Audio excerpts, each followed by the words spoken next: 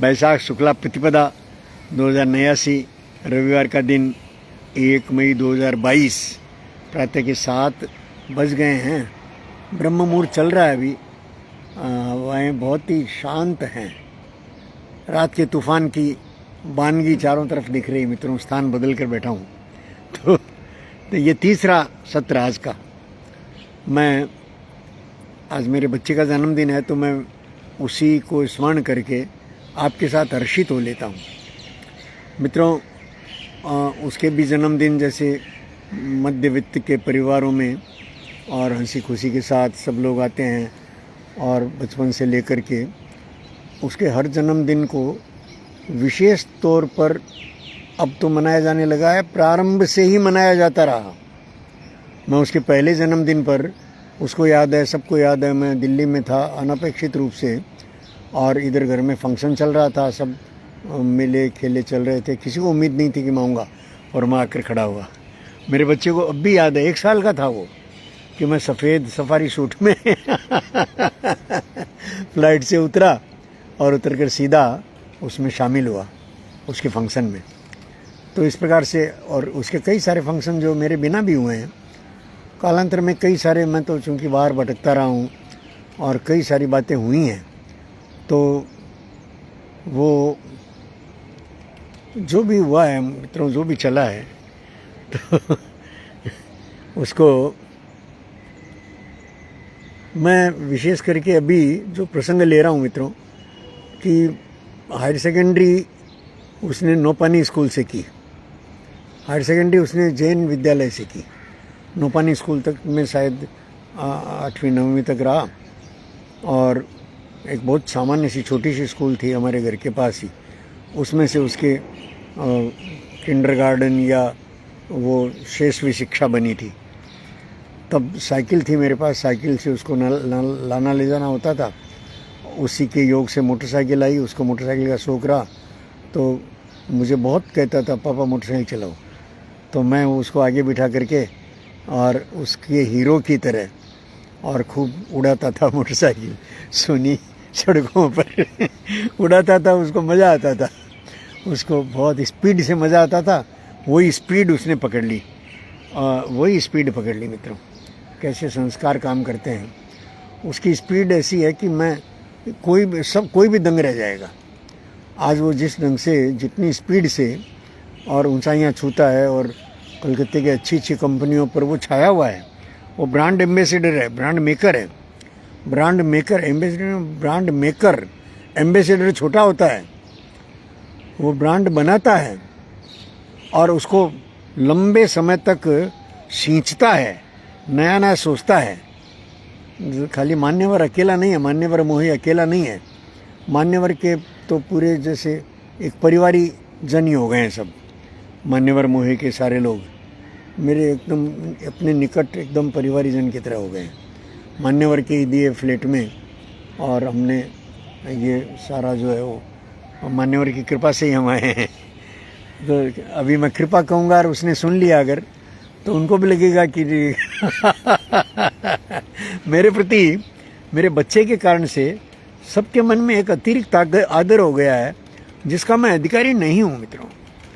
जिसका मैंने अपने बच्चों को अनेक कारणों से, अपनी विचित्र स्वभाव से, और मैं दूर रहा तो 15-16 वर्ष की उम्र में उसने वो जैन विद्यालय में पढ़ते हुए, और मेरा जो प्रिंटिंग का छोटा सा काम था घर में से ही, उसको उसने उस पे पेमेंट लाना, क्लाइंट से काम लाना, नए नए क्लाइंट खोजना, वो स्कूल ड्रेस में ही निकल जाता था।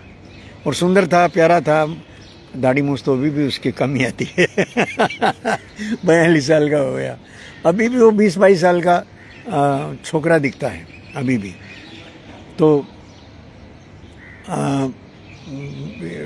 वो उसने काम संभाल लिया, और बहुत जल्दी मैं जब अपने स्वास्थ्य को लेकर के, स्वास्थ्य की चिंताओं को लेकर के जब मैं राजस्थान गया, और कोई उम्मीद नहीं थी देह के साथ लौटने की, अंतिम समय है मेरा, ऐसा समझ कर ही गया था मैं। और तब उसने सारा काम संभाल लिया, घर को संभाल लिया, अपनी माता का सहयोग लिया, और अपने घर में जो वर्कशॉप था उसको बड़ा बाज़ार ले गया।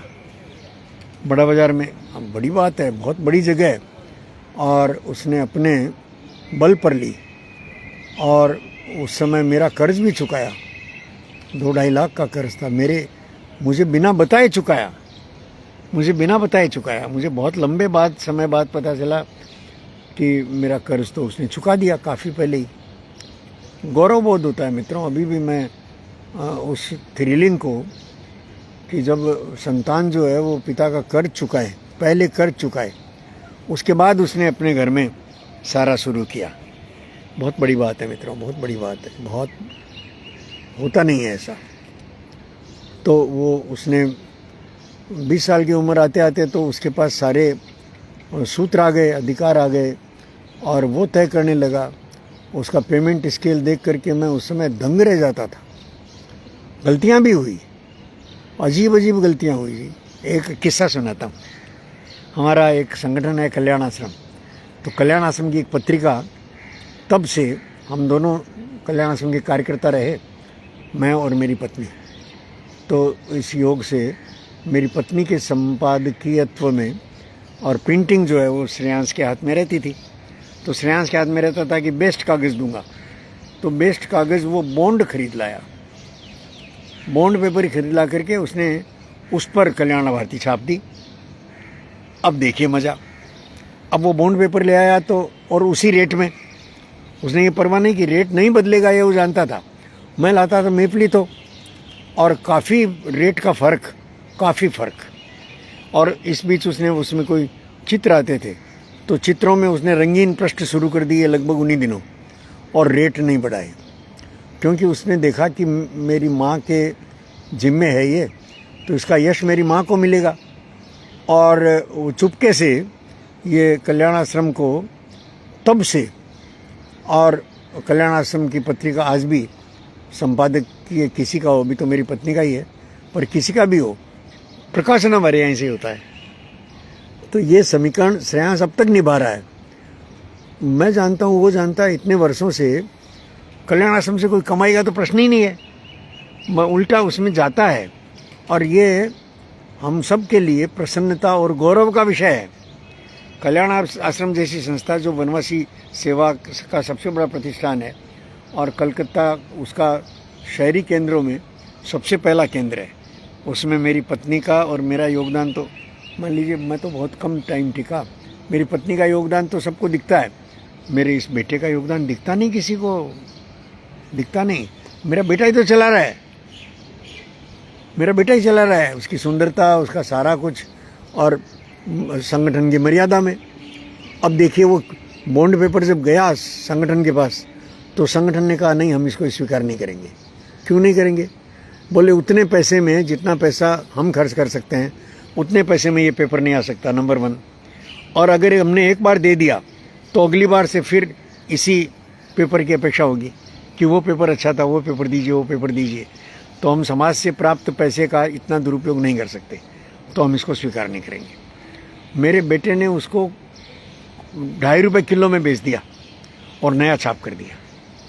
और नया छाप कर दिया तो संगठन के पास भी इतनी मुलाहिजा था नहीं, और संगठन जानता था कि उस समय हमारे परिवार को पैसे की ज़रूरत है।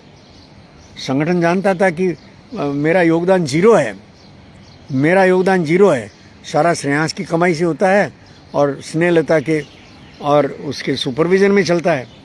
तो भी संगठन की अपनी मर्यादा है, संगठन ने कोई एक्स्ट्रा वो नहीं किया, और आज भी चल रहा है वो सारा का सारा।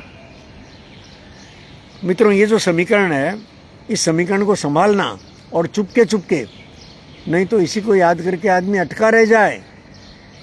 मैं अटके हुए याद नहीं कर रहा हूँ मित्रों, मैं भूली बिसरी बातें याद कर रहा हूँ अपने बच्चे की। आज उसका जन्मदिन है और मैं इसको अतीत को याद कर रहा हूँ, तो उसके भविष्य को और उसके द्वारा बनाए गए और सारे जो शैली, नई शैली दी है उसने कंपनी चलाने की, काम करने की, अद्भुत नया दिया है उसने।